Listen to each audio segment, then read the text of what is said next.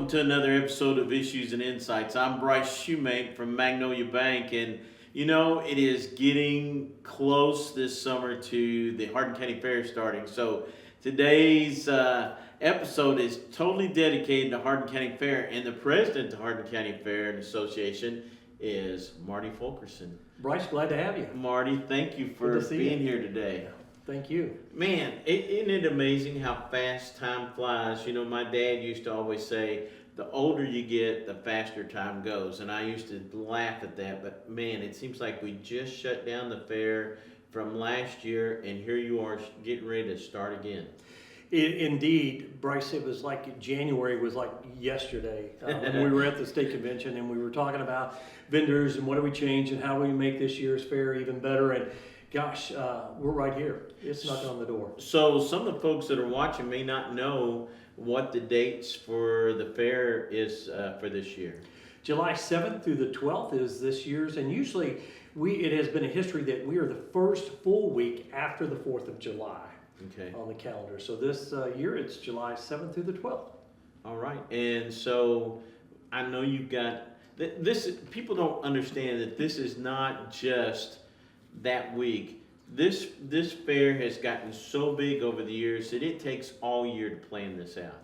It does, and even now we're doing some finalizing on some things that you thought, okay, well, we probably should have had that done earlier, but it takes time now with vendors and change up in programs and of course, it takes a while to get this fairgrounds ready, and we're so blessed with the help from the inmate work program with Big Josh, the jailer, who is out here now today, along with Tony Schaefer, one of our fair board members, and we're trying to get the grounds and put the final touches on our fairgrounds, and it is a year-long planning process. Yeah, that's how I knew where to find you, because Big Josh said, "You're over there." That's right. And so, you touched a little bit, and that's a good segue with Tony. You have several people on your fair board. This is not just a one-person deal. It's not. We have 20 fair board members, and each one has a section that they take care of. Unfortunately for Tony, when he came on, he got building and grounds somehow, and sponsorship. So, but Tony's retired from military, retired lieutenant colonel, or retired colonel, and does a great job for us here. Works with Josh and is down here early in the morning when they get here and oversees the painting, the cleaning of toilets, and you name it. It has to happen here, so right. We're very blessed. Yeah. Right. Well, this year, like every other year, you've got big events. Let's talk about some of the major events that you've got going on that draws people in. This year, of course, we're going to kick it off with our signature event, and that's Farm to Table, which sells out every year. This year will be no exception. Our benefactor of that is Project Learn. And so we're able to take the proceeds from that and give it to them. And Marty, you said something when we were talking off camera.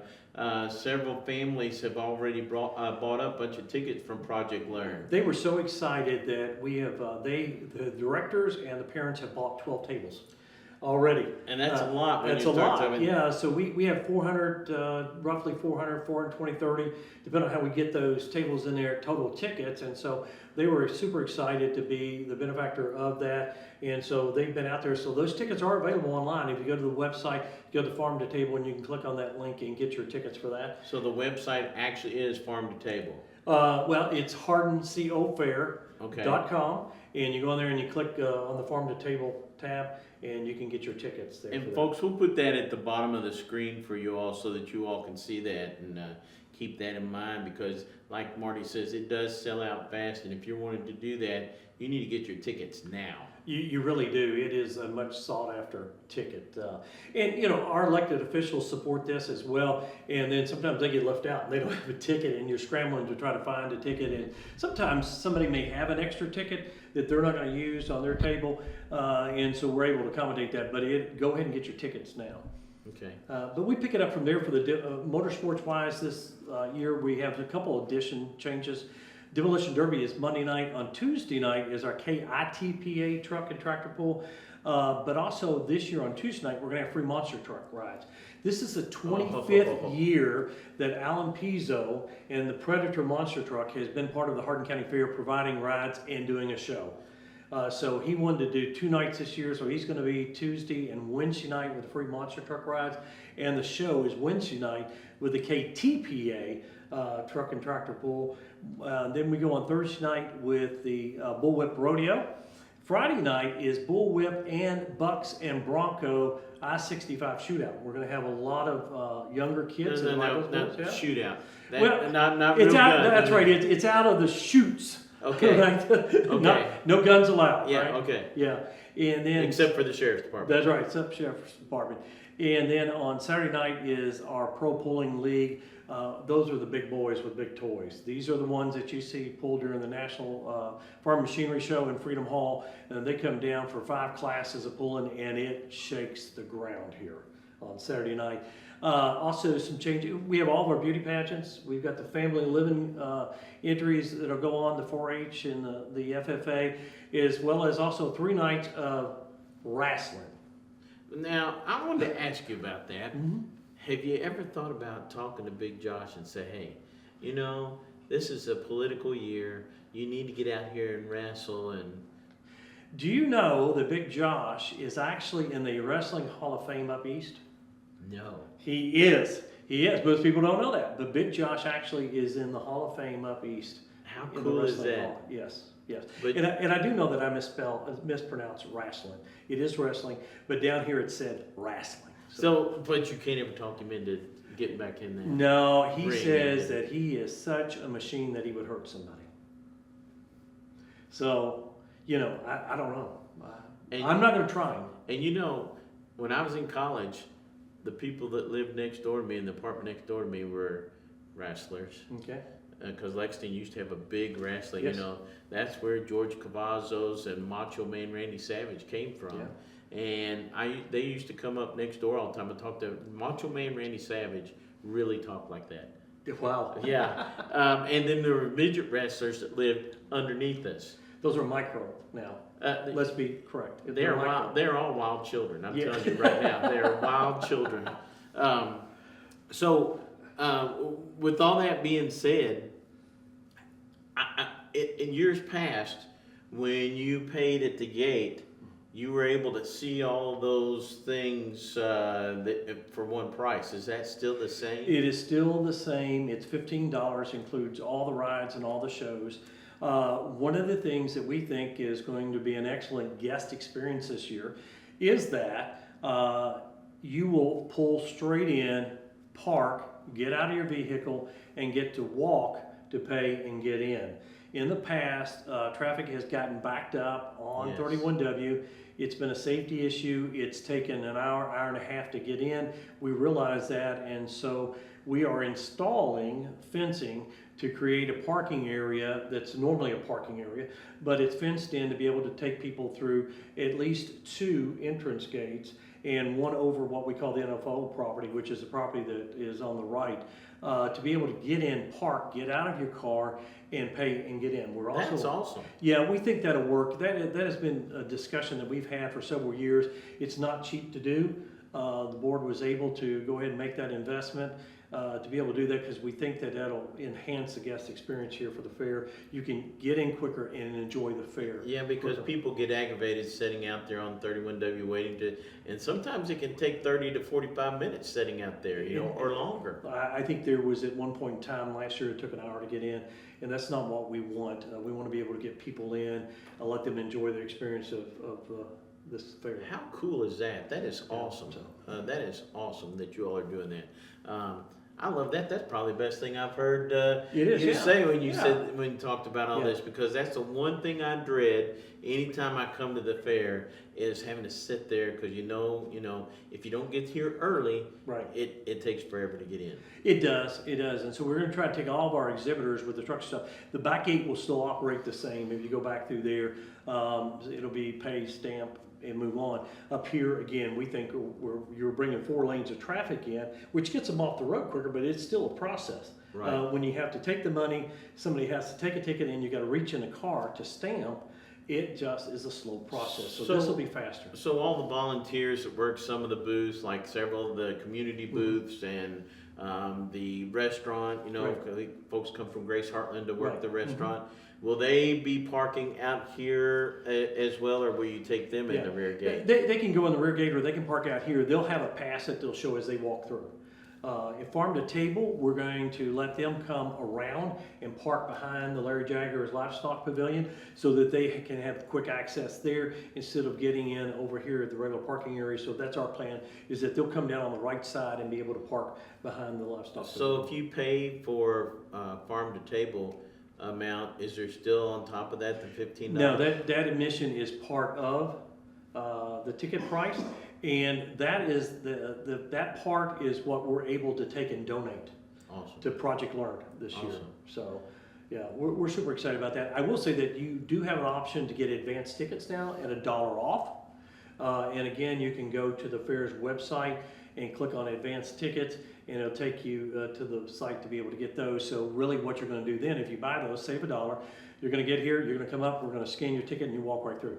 Oh, that's cool. So will there be several aisles that you can go in to get this, so you're not just waiting on one and then people stack up like that? That's awesome.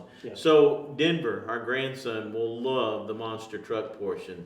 Because he has quite a collection of monster trucks. How old or how big do you have to be able to ride in that? I have seen them with like a 2-year-old in there that straps in, or they're in the lap. Of the adult, and they get strapped in.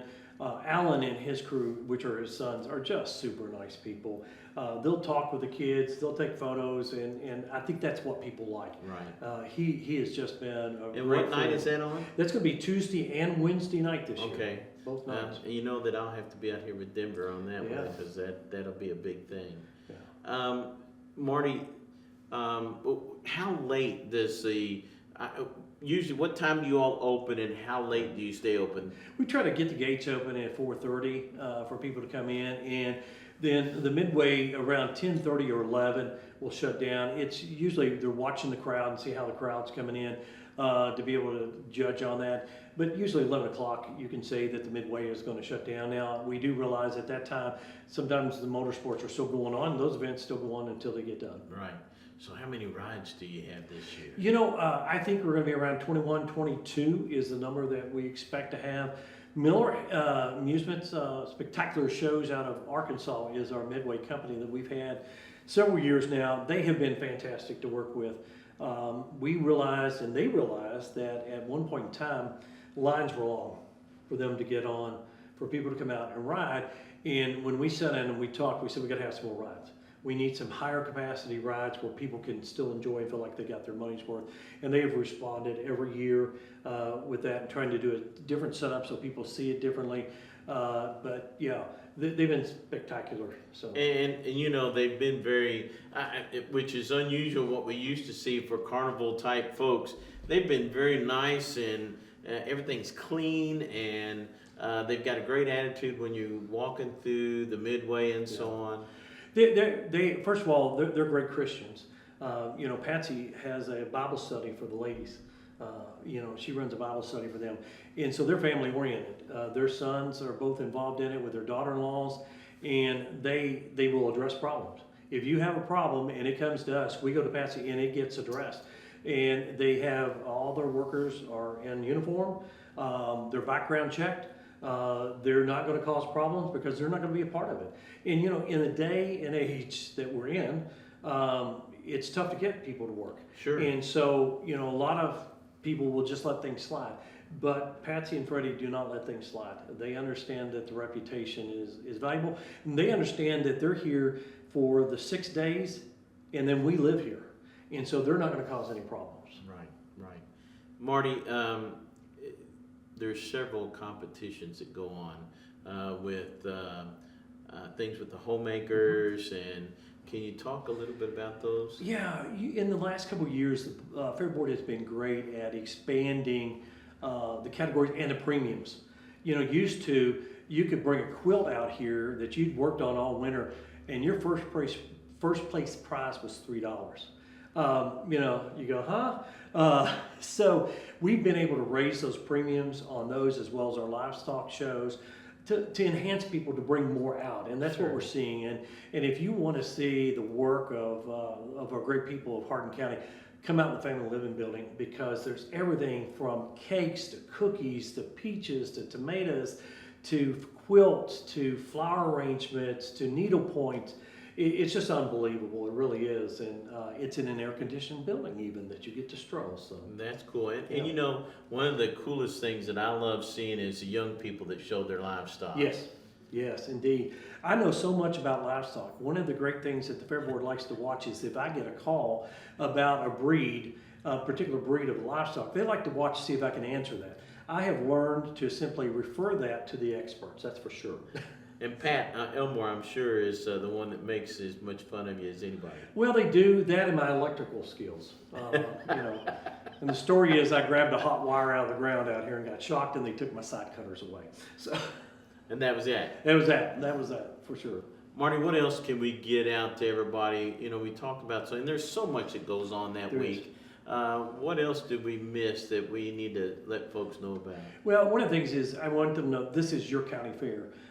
We put this on, it's all, as Bryce mentioned, it's an all volunteer board that works throughout the year, and it's a lot of hours leading up to it and a lot of hours during the week of. It's your fair. We put it on for you. It's a great community event, and we want you to be a part of it. If you've got suggestions for improvements, we want to hear them. If there's something you'd like to see, we're open for that. I know it's always funny, people complain about the price, but you know, it's expensive to put on a fair. And it's tough fair business because the weather can take you out. And the weather has been tough this year on the county fairs. And so we want you to come and be a part of it. You know what they say about the Hardin County Fair? It's the most fun you can have with your shoes on. That's right. Yeah. And, you know, we always used to say, if you want it to rain, wait until the Hardin County Fair. And it seems like at least one night You'll get it. pours. You'll get it. But, you know, you just never know. When Yeah. you're putting on an outdoor event, Right. you have to just play the cards that Mother Nature throws you, right? Absolutely. It's just kind of like farming. You know, it happens that way, right? Exactly. Yeah. Exactly. Marty, we're all looking forward to it, and I look forward to it every year, being out here and enjoying what's going on. And now, since my grandson's coming along, he enjoys being out here. Megan's been in beauty Yeah. pageants and helped manage right. some of those with Linda Thomas. I mean, even those types of things, you know, have got volunteers that continue every year to come back. We added up, and we've got about 95 volunteers for that week, and that's not counting your fair board. Right. And folks, this is a good time to come out and see your neighbors that you might not always see any other time during the year. Good time for you to come out and talk to your local politicians and tell them what you think about what's going on in the community, because several of them will be out here. Yeah, absolutely. And you know, one of the things I think one of the misconceptions is county does not own the fairgrounds. Right. Hardin County Community Fair was incorporated back in 1963, and it exists as a separate entity.